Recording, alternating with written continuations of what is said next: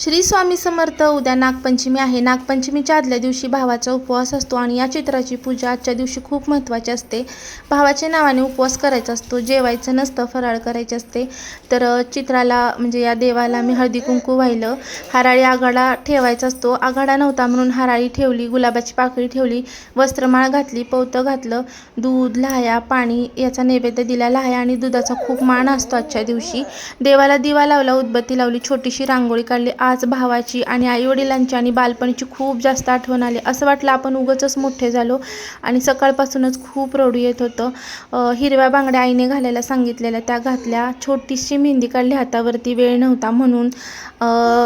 हे पवतं आहे, हे आजच्या दिवशी घालायचं असतं, खूप मान असतो.